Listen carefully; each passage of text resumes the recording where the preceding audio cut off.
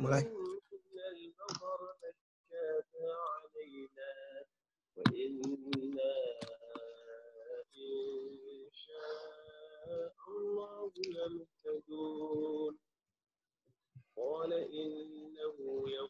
Assalamualaikum warahmatullahi wabarakatuh. Alhamdulillah wassalatu wassalamu ala Rasulillah wa ala alihi wa sahbihi wa mawalah la haula wala quwwata illa billah. Ma ba'du.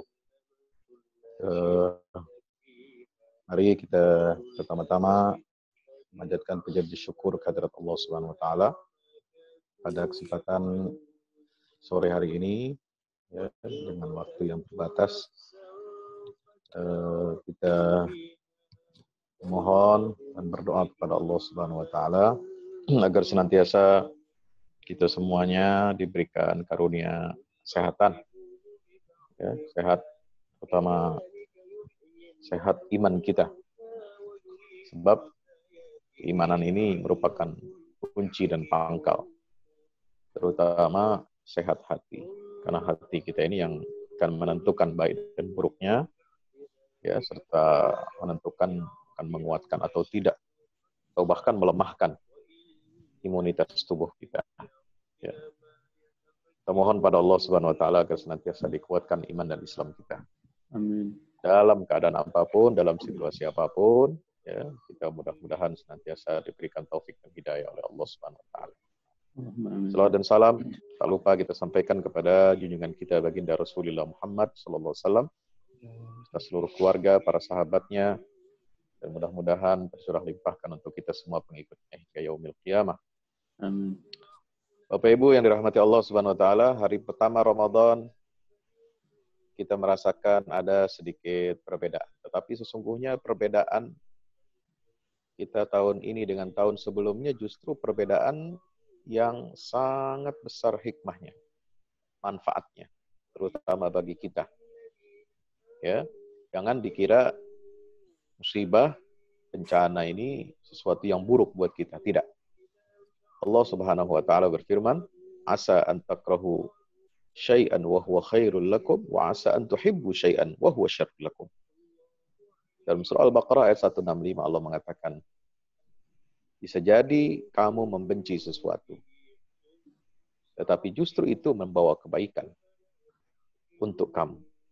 Dan sebaliknya, bisa jadi Anda menyukai, mencintai sesuatu, tapi justru sesuatu itu membawa keburukan buat kita semua. Kita bersyukur kehadirat Allah. Tahun ini Ramadan yang nampaknya kelihatannya berbeda dari yang biasa-biasanya. Kita bersyukur karena ini adalah merupakan rahmat dari Allah Subhanahu wa taala. Ya, kata Nabi sallallahu alaihi wasallam, wabah itu Allah turunkan ya menjadi azab bagi siapa saja yang Dia kehendaki dan justru menjadi rahmat bagi orang-orang yang beriman. Ya, kita ini sedang berada dalam limpahan karunia rahmat dari Allah Subhanahu wa taala. Untuk apa? Ya, untuk mengembalikan diri kita kepada jalur yang benar. Bisa jadi tahun-tahun sebelumnya kita masuk ke Ramadan dalam keadaan normal, ya, itu justru kita tidak mensyukuri nikmat Allah. Lupa kepada Allah. Banyak festivalisasi Ramadan tetapi kosong dari substansi. Nah, ketika kita berada di bulan suci Ramadan ini dalam situasi kita menderita, kesulitan, kesusahan, ya, justru ini merupakan media alat yang sangat efektif bagi kita untuk introspeksi. Ya, introspeksi. Kembali lagi. Introspeksi, muhasabah buat kita semuanya. Ya. Bisa jadi dulu di bulan Ramadan kita sibuk ya, dalam pekerjaan kita karena kita harus bekerja di luar. Ya. Bisa jadi jarang di antara kita yang khatam Al-Quran 1 kali minimal dalam 1 bulan ini. Bisa jadi tahun Ramadan yang sebelumnya kita jarang, tidak pernah sedekat ini dengan keluarga. Ya, bersama anak-anak, sama istri. 24 jam di rumah. Dan saat ini kita sedang berada dalam situasi seperti ini, Allah berikan kita karunia rahmat dari Allah. Lebih dekat dengan keluarga. Tidak ada Ramadan yang lebih indah daripada Ramadan tahun ini. Ketika kita bisa bersama-sama kumpul dengan keluarga. Dari pagi sampai malam. Ketika kita tarawih bersama, ayah memimpin sholat tarawih di rumahnya. Barangkali tidak terfikirkan, kalau tidak ada musibah ini, seorang mbak ayah menjadi imam bagi keluarganya untuk sholat tarawih, sholat tahajud, sholat subuh berjamaah, dan sholat 5 waktu berjamaah. Bayangkan. Ini harus menjadi ibrah buat kita. Menjadi tantangan buat kita untuk terus memperbaiki diri kita. Ya. Ini kesempatan yang sangat luar biasa bagi kita untuk mengoptimalkan bulan suci Ramadan ini sebagai bulan tarbiyah, pendidikan untuk keluarga kita. Jadikan baiti jannati, rumahku adalah surga bagimu. Ini kesempatan yang sangat luar biasa dan jarang didapatkan oleh kita. Ramadan kali ini Ramadan istimewa. Sahabat semua yang dirahmati Allah Subhanahu wa taala. Saya sering mengatakan bahwasanya Ramadan ini bagi kita yang tengah dirundung kesulitan, kesusahan, bahkan mungkin yang sedang menderita penyakit. Ramadan itu melahirkan hormon endorfin. Apa itu hormon endorfin? Hormon kebahagiaan. Qul bifadlillahi wa birahmatihi fabidzalika falyafrahu huwa khairun mimma yajma'un. Dalam surat Yunus Allah Ta'ala berfirman, katakanlah wahai Muhammad, dengan karunia Allah, dengan rahmat Allah Subhanahu wa Ta'ala, fabidzalika falyafrahu, hendaklah mereka bergembira. Ini bergembira dengan rahmat Allah, ini menghadirkan hormon di dalam tubuh yang akan menguatkan imunitas tubuh kita, itu hormon endorfin. Ya, ini dari sisi kesehatan fisik. Ya. Sebab apa? Kalau dari sisi kesehatan, menghadirkan kegembiraan kebahagiaan itu merupakan hal positif di tengah situasi bencana. Sebab kebahagiaan dan kegembiraan dapat menghasilkan hormon endorfin di dalam tubuh. Yang mana, kata para ahli kesehatan, jenis hormon ini dalam tubuh manusia berfungsi sebagai pusat yang mengendalikan luka, rasa sakit, dan stres. Hormon ini juga bisa meningkatkan mood, menciptakan suasana tenang dalam diri, dan bisa memicu peningkatan imunitas dalam tubuh kita. Contoh, pemirsa dirahmati Allah. Ya, ada seorang ibu lagi sakit kepala, meriang, ya, kayak enak badan, ya, tidur di rumah rebahan. Sekarang ada istilah, ya anak gaul, anak muda sekarang memanggil teman-temannya di saat pandemi ini dengan kaum rebahan. Nah, kita pada rebahan semua. Subhanallah. Apalagi orang yang sakit. Ketika misalnya ada seorang ibu sakit kepala, meriang, panas dingin, berselimut. Ketika datang anaknya, Assalamualaikum, Mak. Dia mendengar. Kemudian dia menyampaikan kabar apa? Kelulusan anaknya yang segera diwisuda. Apa yang terjadi? Mendadak itu sakit kepala si ibu bisa hilang. Dia nggak merasakan lagi sakit kepala. Sekarang saking gembiranya. Gembira mendengar kabar anaknya ini lulus ujian dan akan segera diwisuda. Dia sudah membayangkan bahwa semua jerih payahnya, nafkah yang sudah dikeluarkan, usaha yang sudah dikeluarkan oleh orang tua ini, alhamdulillah menuai keberhasilan. Anaknya membawa kabar gembira, lulus dalam ujian dan segera diwisuda. Apa yang terjadi? Mood si ibu langsung bangkit. Rasa tenang menyingkirkan rasa sakit. Ya, yang tadi dia susah, galau, maunya rebahan aja, tiduran aja, sekarang dia bangkit, dia peluk anak. Itulah Ramadan. Subhanallah. Saya enggak membayangkan kalau seandainya kita pada saat ini di tengah pandemi global harus berdiam di rumah sudah lebih dari 1 bulan, mungkin bisa diperpanjang 2 bulan, bahkan 3 bulan. Kita nggak tahu ke depan ini seperti apa. Kalau tidak ada Ramadan, kalau tidak ada oase yang bernama Ramadan ini, saya tidak membayangkan situasi bangsa Indonesia yang mayoritas beragama Islam ini akan muram seperti apa. Allah berikan rahmatnya kepada kita. Dengan hadirnya Ramadan membawa endorfin, membawa hormon kebahagiaan bagi kita untuk segera bangkit. Taqarrub kepada Allah, mendekat kepada Allah. Banyak berdoa kepada Allah. Tingkatkan imunitas. Karena puasa ini meningkatkan imunitas. Itu sudah dibuktikan oleh dunia medis. Jadi tidak benar kalau ada orang yang mengusulkan, ya, bahkan dengan setengah menghina, meminta fatwa Majelis Ulama Indonesia untuk, ya, meniadakan puasa Ramadan. Ya. Jadi nggak cukup meniadakan sholat berjamaah untuk sementara waktu menangguhkannya, atau tidak cukup fatwa untuk menangguhkan sholat Jumat. Sudah 4 kali ini kita sholat Jumat tidak di masjid. Tidak cukup dengan misalnya banyak fatwa-fatwa yang dirasakan berat oleh umat Islam, ini malah juga meminta untuk puasa hendaknya ditangguhkan, dibatalkan, dan diganti dengan bayar fidyah untuk fakir miskin. Kurang ajar. Seolah-olah memandang bahwa puasa ini dapat melemahkan imunitas tubuh kita. Tidak. Ya, justru puasa ini akan meningkatkan imunitas tubuh kita, menyehatkan jiwa kita. Ya, tentu bagi yang sakit, yang menderita, ya, virus ini, terjangkiti virus, memang dia mendapatkan rukhsah sebagaimana orang yang sakit biasa. Yang sakit selain COVID-19 juga diberikan rukhsah untuk tidak berpuasa dan menggantinya dengan hari yang lain. Tapi kalau orang-orang sehat seperti kita, yang tidak terjangkiti virus, lalu diminta untuk tidak puasa dan diganti dengan bayar fidyah dengan alasan wa'alal ladzina yutiqun, itu pelecehan terhadap syariat Islam, penghinaan terhadap Islam, ya, penghinaan terhadap syariat.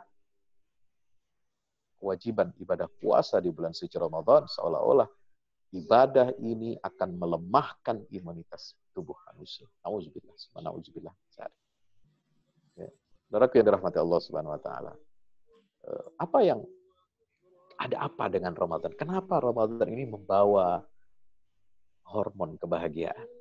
Atau boleh kita katakan dia membawa virus, ya, vaksin anti corona ini. Vaksin untuk menghilangkan dampak daripada corona. Karena sebenarnya yang terjangkiti virus ini tidak banyak, betul. Tetapi yang terdampak dari virus ini yang lebih berbahaya. Ya. Yang positif corona itu hanya berapa ratus orang.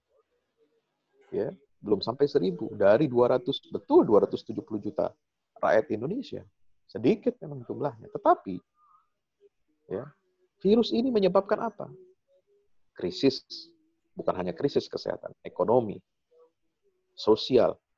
Ya, kalau berkepanjangan ini bisa PHK banyak karyawan. Perusahaan banyak yang gulung tikar. Sektor UMKM, ya, bisa mati, bisa kolaps. Kita tidak punya persiapan infrastruktur bagaimana mengelola misalnya perdagangan ekonomi melalui e-commerce. Sekarang yang paling terpukul saat ini adalah, ya, perdagangan garment. Ya. Jual baju itu di Tanah Abang. Aduh, miris, kesian. Semua mau sepi. Jangankan yang kelas atas, menengah ke bawah saja. Ya, orang sekarang tidak lagi berpikir untuk beli baju baru barangkali. Tidak lagi beli. Orang kaya sekarang yang mampu untuk berzakat tidak lagi berpikir untuk beli sarung, beli mukena, beli baju koko untuk dihadiahkan, disedekahkan. Tidak, sekarang justru prioritas adalah sembako. Karena ini ancaman. Jadi kita tidak tidak terlalu risau dengan jumlah yang positif corona ini karena sedikit. Ya. Tapi yang justru yang harus kita risaukan lebih besar itu adalah dampak, ya, dampak sosial dan ekonomi daripada penyakit ini. Karena apa? Karena penyebarannya yang begitu masif, begitu cepat, ya, tidak bisa prediksi, tidak bisa dihindarkan kalau kita sudah kontak dengan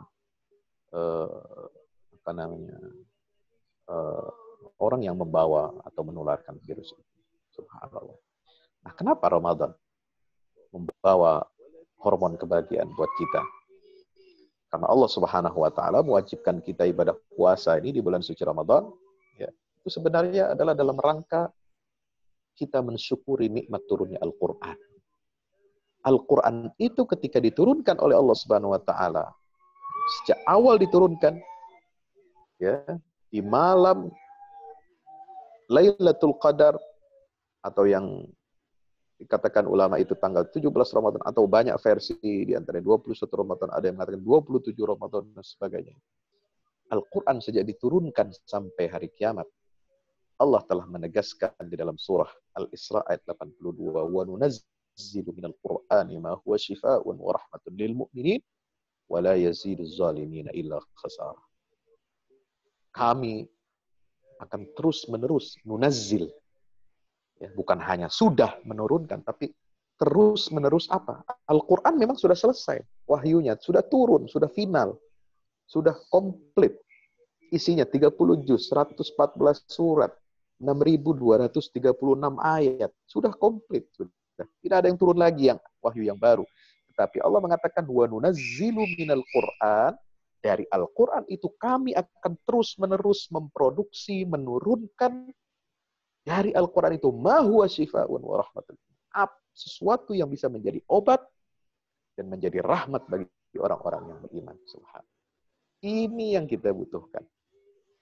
Jadi Al-Quran bukan hanya berfungsi ketika saat turunnya saja dia menjadi obat, menjadi rahmat bagi orang beriman, tetapi terus-menerus kata Allah, nunazzil.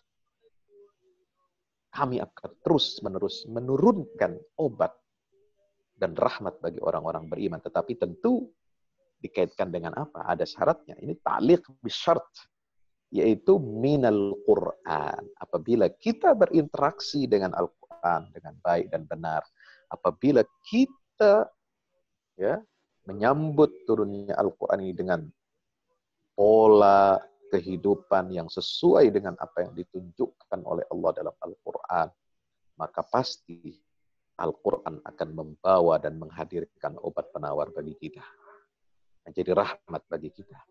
Wala yazidu zalimina illa khasar. Sebaliknya buat orang-orang yang menzalimi Al-Quran. Siapa orang yang zalim terhadap Al-Quran? Ya, yaitu orang-orang yang melakukan hajrul Quran, meninggalkan Al-Quran. Dalam surah Al-Furqan dikatakan, wa qala ar-rasulu ya rabbi inna qaumi ittakhadhu hadzal qur'ana mahjura. Rasul bersabda, ya Allah, sesungguhnya kaumku telah menjadikan Quran ini barang sia-sia, barang lapuk yang ditinggalkan. Nah, kalau umatnya seperti itu, jangan harap Al-Quran bisa memberikan syifa dan rahmat bagi orang-orang yang beriman. Tapi sebaliknya, kalau itulah orang-orang yang zalim, dan kita tidak boleh berbuat zalim terhadap Al-Quran. Ya, jadi tindakan zalim kita terhadap Al-Quran adalah manakala kita meninggalkan petunjuk Al-Quran, meninggalkan bacaan Al-Quran, meninggalkan formula kehidupan yang telah diberikan oleh Allah dalam Al-Quran, meninggalkan setiap petunjuk halal dan haram dalam Al-Quran. Kita memalingkan badan kita, memalingkan pandangan kita, memalingkan pikiran kita dari Al-Quran. Jadikan selain Al-Quran itu sebagai kurikulum kita, orientasi kehidupan kita, petunjuk bagi kehidupan kita, pedoman hidup kita, bukan Al-Quran, maka siap-siap, wala yazidu zalimina illa khasar. Tidak akan menambah Al-Quran itu kepada orang yang berbuat zalim kepada Al-Quran, kecuali bertambah rugi. Waliyazubillah. Ya, subhanallah. Saudara yang dirahmati Allah Subhanahu wa taala, maka kenapa Al-Quran Allah memilih waktu kita wajib berpuasa ini di bulan Ramadan? Karena ada di situ turun Al-Quran. Karena itulah Allah berikan petunjuk. Allah wajibkan kita puasa di bulan Ramadan adalah untuk menghormati Al-Quran, untuk memuliakan Al-Quran, untuk mengangkat derajat Al-Quran dan menjadikan Quran sebagai pedoman kita. Karena itu kita diperintahkan oleh Allah berpuasa untuk apa? Sebagai bentuk wujud tasyakur kita kepada Allah atas nikmat turunnya Al-Quran. Subhanallah. Jadi kalau nggak ada Quran, kita nggak puasa nih Pak. Kalau bukan karena Quran turun di bulan Ramadan, kita nggak ada puasa Pak. Kenapa? Kata ya Syekh Mahmud Shaltut rahimahullah, mantan Grand Syekh Al-Azhar, ya, dalam bukunya Al-Islam Aqidatan wa Syari'atan. Ya, kenapa Allah menyuruh kita berpuasa sebagai tanda bersyukur atas nikmat turunnya Al-Quran? Karena Quran dan puasa ini memiliki fungsi yang sama. Al-Quran berfungsi untuk menyucikan hati, wa yuzakkihim, menyucikan hati dan ruh kita. Puasa juga sama, yaitu sepadan dengan fungsi Al-Quran dalam rangka apa? Yaitu berfungsi untuk menyucikan hati dan meningkatkan kualitas ruhiyah kita. Maka tidak ada ya syariat, tidak ada bentuk yang paling ideal untuk memuliakan turunnya Al-Quran ini kecuali dengan berpuasa. Ini rahasia. Satu, kita udah dapat nih clue-nya ya. Saudara yang dirahmati Allah Subhanahu wa taala. Apa yang dibawa oleh ibadah puasa ini untuk kehidupan kita? Ya, kalau kita sudah tahu ini maqasid syariahnya, maqasid Allah Subhanahu wa taala, kenapa kita diwajibkan puasa ini di bulan suci Ramadan? Kalau kita sudah tahu itu, kita nanti akan dapat hikmah yang luar biasa. Allah ingin mengarahkan, ya, membimbing kita ini untuk menjadi betul-betul sebagai orang yang bertakwa, la'allakum tattaqun, itu kan tujuan puasa. Coba bandingkan dengan ayat ketika kita buka Al-Quran. Kita buka mushaf Al-Quran. Halaman pertama, setelah pembukaan surat Al-Fatihah. Kita baca apa? Alif lam mim dzalikal kitabu la raiba fihi hudan lil muttaqin. Oh, matching nih Pak. Tujuan puasa itu supaya kita bertakwa. Nah, Anda, kita semua ingin bertakwa tapi nggak punya pedomannya. Nggak bisa. Apa pedomannya? Ini hudan lil muttaqin. Kitab itulah, yaitu Al-Quranul Karim ini, itulah yang menjadi petunjuk pedoman hidup bagi semua orang-orang yang bertakwa. Kalau orang puasa ingin jadi orang bertakwa, nggak punya interaksi hubungan yang baik dengan Al-Quran, rugi.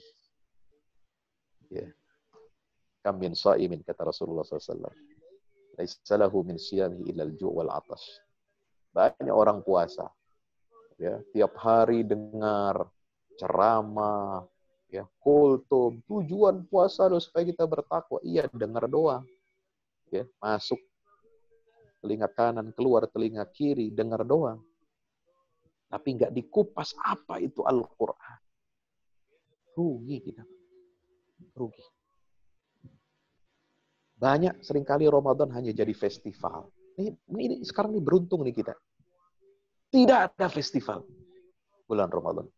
Allah sengaja membuat kita seperti ini supaya kita tidak macam-macam ada perayaan-perayaan. Supaya apa? Kita look down, kita melihat ke dalam diri kita. Ya, ini kan ada istilah lockdown. Lockdown ini supaya membuat kita apa? Look down, melihat ke dalam. Yang biasanya kita festivalisasi, biasanya kita perayaan, hingar-bingar, macam-macam. Sekarang kita harus melihat ke dalam. Jadikan Ramadan itu betul-betul wahana untuk menjadikan Quran ini sahabat hidup kita sehari-hari.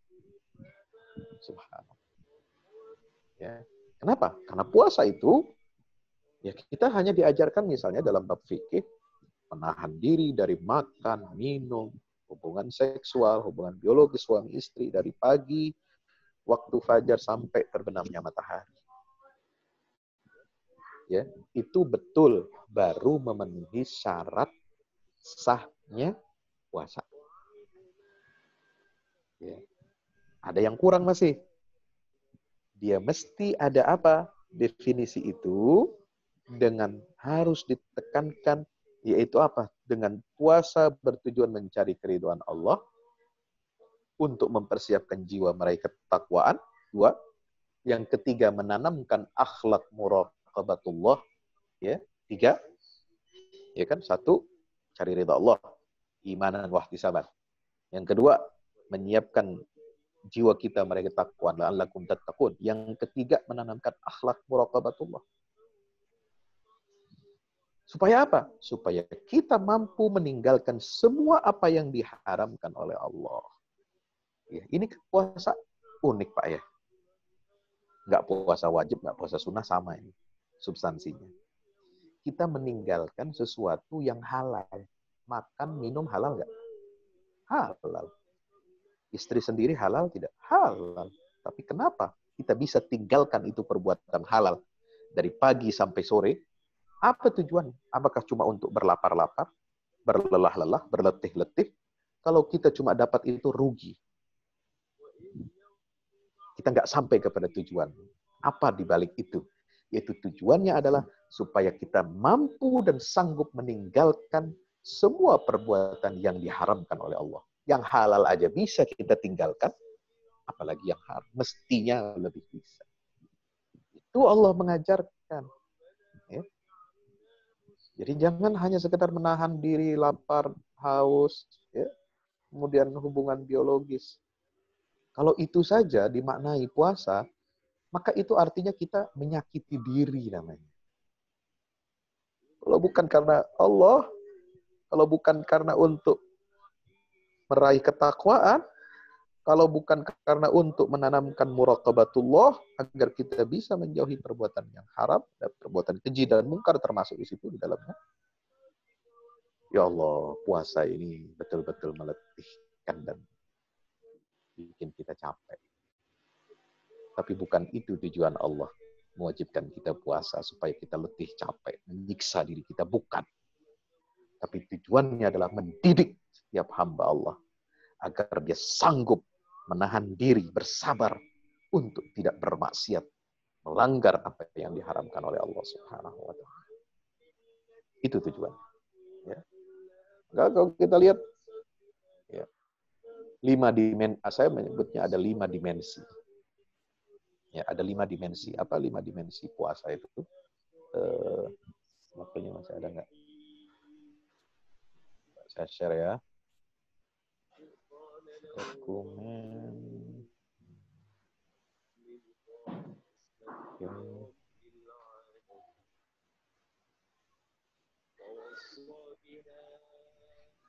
Bentar, saya ada dokumen di sini. Oh, kosong.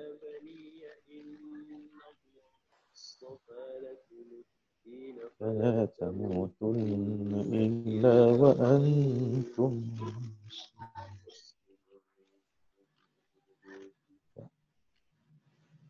أم كنتم شهداء إذ حضر يعقوب الموت إذ قال لبنيه ما تعبدون من بعدي قالوا نعبد إلهك وإله آبائك. Ini saya baru pakai Zoom melalui HP ini jadi gagal. Bentar, nah ini ketemu nih. Bentar ya.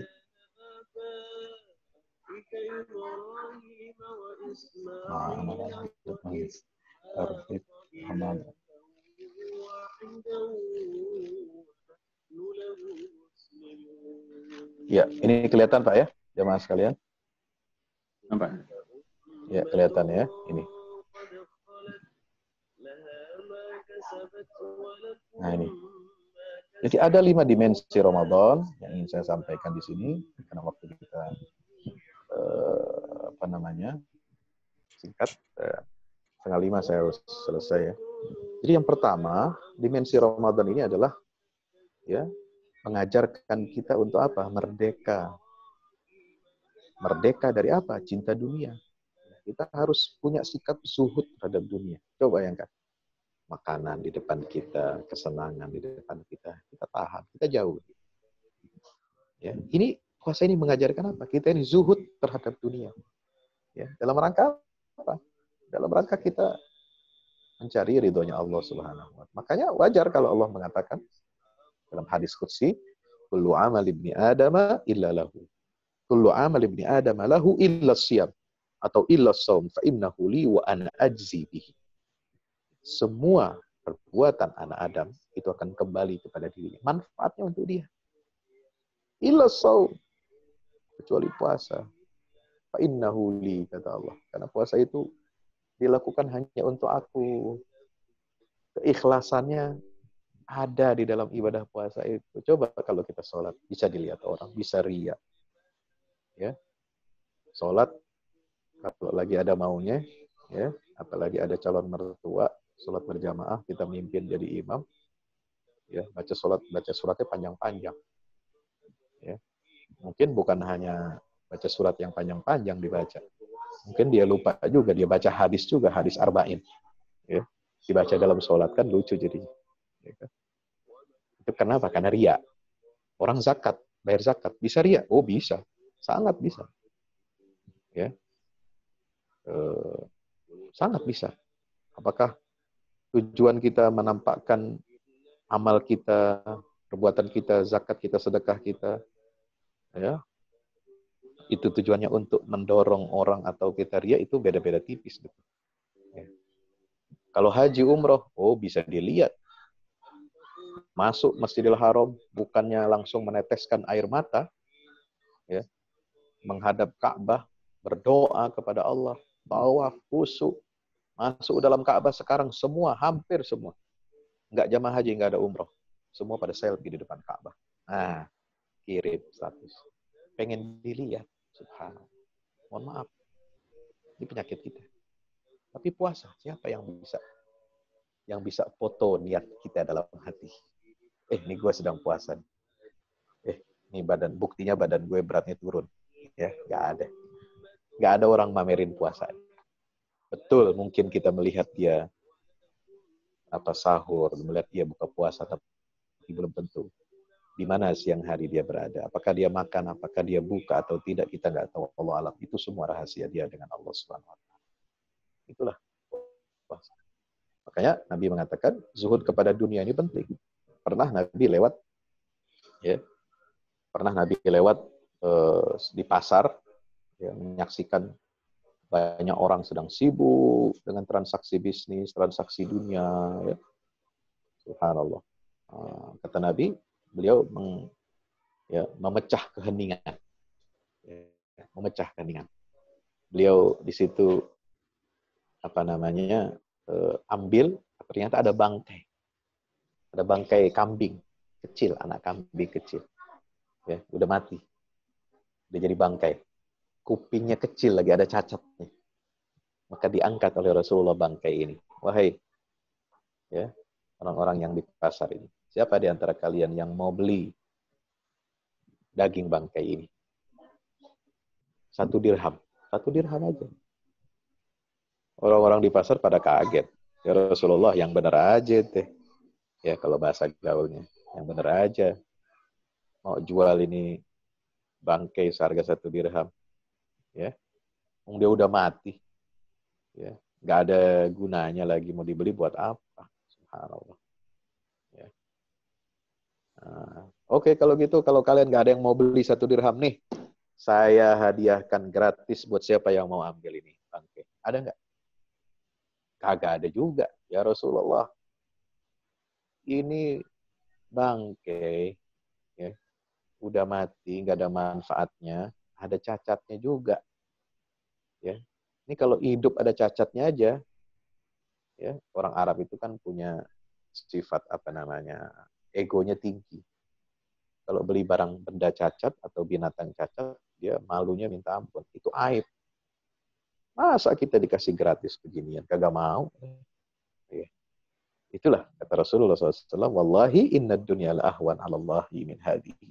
Demi Allah, sungguhnya dunia itu lebih hina, ya, di mata Allah daripada bangkai anak kambing. Yang kedua, dimensi puasa itu apa? Pelajaran untuk kita bertakwa yang sesungguhnya. Jadi orang yang soleh, jadi orang yang bertakwa. di situ ada nilai keikhlasan, di situ ada nilai kesungguhan ya untuk mencari ridha Allah. Di situ ada berkumpul tekad yang kuat ya. Al-israr wal azimah fi tarkil ma'asi wal munkarat wal muharramat. Maka kita meninggalkan maksiat itu perlu tekad. Kalau nggak ada tekad. Ya. Dan yang ketiga apa? Pelajaran untuk kita ini rajin berbagi. Kenapa? Karena puasa bukan hanya egois, ya, tetapi Rasulullah mencontohkan bagaimana diriwayatkan oleh Sayyidatina Aisyah, ya, Rasulullah itu adalah orang yang paling dermawan. Dan kedermawanannya Rasulullah di bulan Ramadan berlipat-lipat ganda. Ya, lebih daripada bulan yang lain. Seperti beliau itu lebih dermawan daripada angin yang berhembus. Subhanallah. Maka di sini adalah kesalehan sosial. Nah, sekarang kita sedang diuji oleh Allah. Ayo berbagi. Kadang-kadang karakter orang ya akan bisa kita ukur bukan ketika dia senang, ketika dia lapang, justru ketika dia sulit. Ketika dia lapang, dia bersedekah, wajar dong. Punya, ya enggak? Punya kelebihan harta, ya. Tapi ketika dalam situasi sulit, tidak menentu misalnya, ini krisis ini bisa berapa lama lagi nih? Ya. Ini kita bisa bertahan berapa lama lagi nih? Kita selamatin keluarga dulu. Ya, bisa sebulan lewat, 2 bulan, kita udah masuk bulan kedua. Jangan-jangan sampai bulan ketiga. Nauzubillah. Ya, di situ akan kelihatan kita ini apakah betul-betul dermawan atau pelit. Nah, ini kita diuji. Makanya Allah Ta'ala berfirman dalam surat At-Talaq ayat 7. Liyunfiq du sa'atin min sa'atih. Wa man qudira alaihi rizquh falyunfiq mimma atahu Allah sayaj'alullahu ba'da usrin yusra. Hendaklah orang yang berpunya itu berinfak, yang diberi kelapangan itu berinfak di jalan Allah, berbagi kepada sama. Dan juga orang yang disempitkan rezekinya. Ya. Even kita lagi susah rezeki, kita juga lagi butuh, lagi pas-pasan, kita mau berbagi, itu diperintahkan oleh Allah Subhanahu wa taala. Falyunfiq mimma atahu Allah. Karena harta itu semua dikasih oleh Allah. Yang berikan siapa? Allah, bukan punya kita. Maka apa kata Allah? Balasannya buat mereka ini yang memberi di saat susah. Saj'alullahu ba'da usrin yusra. Allah akan mengganti kesulitan itu dengan kemudahan. Apa kata Rasulullah? Bersedekahlah kalian. Ya. Karena sedekah itu akan menolak bala bencana. 70 macam bala akan tertolak karena sedekah, kata Nabi SAW. Yang paling rendah adalah penyakit kusta. Itu paling rendah. Ya. Bencana yang lain yang lebih besar bisa tertolak, apalagi cuma kusta, apalagi cuma corona. Insya Allah. Yakin dengan janji Rasulullah SAW. Ittaqun nar, kata Nabi. Berlindunglah kamu kepada Allah dari siksa neraka. Walau bisyikki tamrah, walaupun dengan sedekah dengan sepotong kurma. Ya. Ayo, kebiasaan kita ini yang dulu biasa tahun-tahun sebelumnya kita rajin bagiin kurma, sedekah kurma, jangan sampai karena alasan sekarang kita lagi susah, ya krisis karena COVID-19, lalu kita nggak ngeluarin lagi sedekah, nggak ngeluarin lagi kurma buat dibagikan buat orang berbuka puasa. Oh, Pak Ustadz kan sekarang udah ada himbauan tidak perlu ada buka puasa bersama di masjid. Iya, Bos. Yang nggak ada kumpul-kumpul buka bersama di masjid. Tapi orang kan buka puasa di rumah. Antar itu kurma ke rumah mereka. Ayo kita gerakkan peduli tetangga. Jangan sampai ada tetangga saudara. Di lingkungan saudara, tetangga kita nggak bisa buka puasa. Kelaparan. Dosa. Tanggung jawab DKM. Ya, saatnya sekarang DKM yang biasanya punya kas masjid banyak ratusan juta, ayo keluarin. Sekarang saatnya DKM itu hadir, masjid memakmurkan jamaahnya. Jangan sampai disimpan-simpan aja duit masjid. Justru sekarang sedang dibutuhkan oleh umat. Masjid menjadi lumbung pangannya umat di tengah krisis. Oh, itu kan kewajibannya pemerintah, nggak usah pakai nunggu pemerintah. Pemerintah kita tahu sendiri, ya, dengan segala kelebihan dan kekurangan. Ayo sekarang kita harus jadi solusi. Menunggu pemerintah kapan selesainya urusan kita ini, Bos? Ya kan? Ayo kita semua bergerak. Selamatkan tetangga kita. Dengan kita selamatkan tetangga kita, insya Allah penyakit, apalagi cuma COVID, ya, bagi Allah itu kecil. Belum setara dengan penyakit dan bencana-bencana yang jauh lebih dahsyat, bisa tertolak dengan sedekah. Yang keempat, apa dimensi puasa? Menanamkan akhlak muraqabatullah, ya, menanamkan apa? Kesalehan publik. Ya. Kita sekarang kan lagi merisaukan masalah korupsi macam-macam, ya. Ada perpu COVID-19 macam-macam. Anggaran ini, anggaran itu diperbesar, itu jadi bancakannya oligarki kekuasaan. Ya. Ayo dengan puasa ini wujudkanlah akhlak muraqabah, takut sama Allah untuk berbuat curang, lacur, korupsi dan lain sebagainya. Kenapa? Karena Allah mengajarkan kita untuk berpuasa. Stop dari perbuatan yang dapat mengundang murka Allah SWT. Yang kelima terakhir dimensi Ramadan itu apa?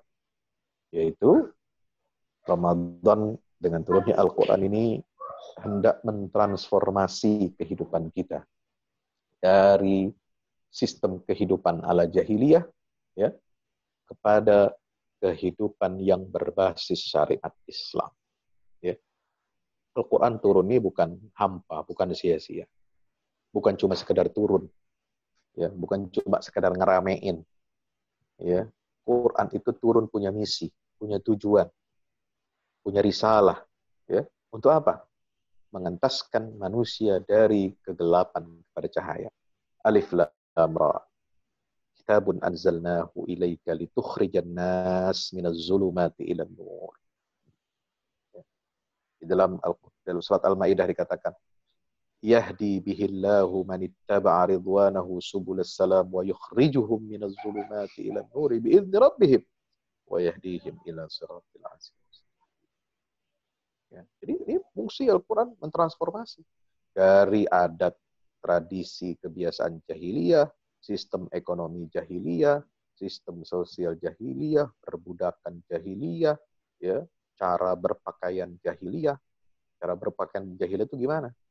Ya itu, menampilkan auratnya, nggak pakai kerudung, telinga, leher, dada kemana-mana, you can see kemana-mana, ya. Itu jahiliyah. Ini harus dibuang budaya sosial kita. Pergaulan jahiliyah, ya, perzinahan, LGBT, transaksi narkoba, na'udzubillah subhanahu wa ta'ala, semua harus dibuang, ganti dengan sistem Islam. Itu Al-Quran misinya itu. Yukhrijuhum minaz zulumati ilan nur. Allahu akbar. Maka ayo melalui 5 dimensi bulan Al-Quran, bulan suci Ramadan ini, kita harus mengentaskan diri kita. Ya, mengentaskan masyarakat kita, keluarga kita dari alam hidup jahiliyah menuju alam hidup yang dipandu oleh nilai-nilai dari langit. Nilai-nilai syariat Islam yang hanya satu-satunya dengan nilai itu kita bisa selamat di dunia dan akhirat. Wallahu a'lam bishawab. Assalamualaikum warahmatullahi wabarakatuh. Waalaikumsalam warahmatullahi wabarakatuh. Terima kasih banyak kita aturkan kepada guru kita. Sungguh pengajian yang sangat luar biasa. Ada beberapa hal yang sempat saya catat, nanti bisa saya bagikan kepada jamaah, Kiai. Dan mohon maaf kalau seandainya mulainya hari ini agak telat, Kiai. Insya Allah untuk pertemuan berikutnya, insya Allah kita lebih disiplin. Dan juga karena ini baru perdana, mungkin pesertanya belum seramai yang sebelumnya. Sebelum kita sudah sempat juga mengadakan kajian online dan lebih ramai dari saat ini. Dan ini mungkin karena masih pertama Ramadan dan mungkin belum pada siap, dan insya Allah pada pertemuan berikutnya dengan tema yang juga pasti sangat menarik seperti hari ini, sangat menginspirasi dan juga sangat membuka pikiran dan sangat bermanfaat bagi kita yang mendengarkan, dan mudah-mudahan juga kembali manfaatnya kepada Ustadz kita, guru kita, Kiai Fahmi Salim. Terima kasih banyak, Kiai. Seperti yang diminta kepada saya, beliau hanya bisa waktunya dari jam 15.30 sampai jam 16.30 karena berhubung ada agenda berikutnya yang sudah dijadwalkan. Maka untuk pertemuan pertama ini kita cukupkan. Kalau seandainya ada yang penasaran, dan itulah tujuan kita, mudah-mudahan untuk kajian berikutnya semakin ramai. Dan yang pasti insya Allah semua yang sudah disampaikan bermanfaat untuk kita semua. Terima Amin, ya kasih Rabbal kepada guru kita yang mulia dan juga kepada bapak-bapak, ibu-ibu yang sempat mengikuti kajian kita ini. Mudah-mudahan kedepannya lebih baik dan mudah-mudahan Ramadan betul-betul menjadi oase bagi hati kita dan juga kita menjadi oase bagi lingkungan kita, menjadi solusi bagi permasalahan yang sedang dihadapi oleh umat Amin, kita ya saat ini. Rabbal Alamin. Nah, demikian dari saya. Mohon maaf tadi tidak sempat saya buka karena ada kendala suara dan alhamdulillah Baik, kita sekarang sudah tutup masuk. dengan doa. Silakan Kiai, tafadhal Kiai. Alhamdulillah Rabbil Alamin. Lakal hamdu ya Allah ya Maulana ya Ma'bud ya Arhamar Rahimin. Irhamna. Allahumma salli wa sallim wa barik ala Muhammad wa ala ali Muhammad kama sallaita ala Ibrahim wa ala ali Ibrahim fil alamin innaka Hamidum Majid. ربنا تقبل منا إنك أنت السميع العليم وتب علينا إنك أنت التواب الرحيم ربنا هب لنا من أزواجنا وذرياتنا قرة أعين واجعلنا للمتقين إماما رب اجعلني مقيم الصلاة ومن ذريتنا ربنا وتقبل دعاء ربنا اغفر لنا ذنوبنا وكفر عنا سيئاتنا وتوفنا مع الأبرار ربنا أتمم لنا نورنا واغفر لنا إنك على كل شيء قدير اللهم أرنا الحق حقا وارزقنا اتباعه وأرنا الباطل باطلا وارزقنا اجتنابه اللهم حبب إلينا الإيمان وزينه في قلوبنا وكره إلينا الكفر والفسوق والعصيان واجعلنا من الراشدين وصلى الله على نبينا محمد وعلى آله وصحبه وبارك وسلم سبحان ربك رب العزة عما يصفون والسلام على المرسلين والحمد لله رب العالمين. Terima kasih sekali lagi. Waalaikumsalam warahmatullahi wabarakatuh. Waalaikumsalam warahmatullahi wabarakatuh.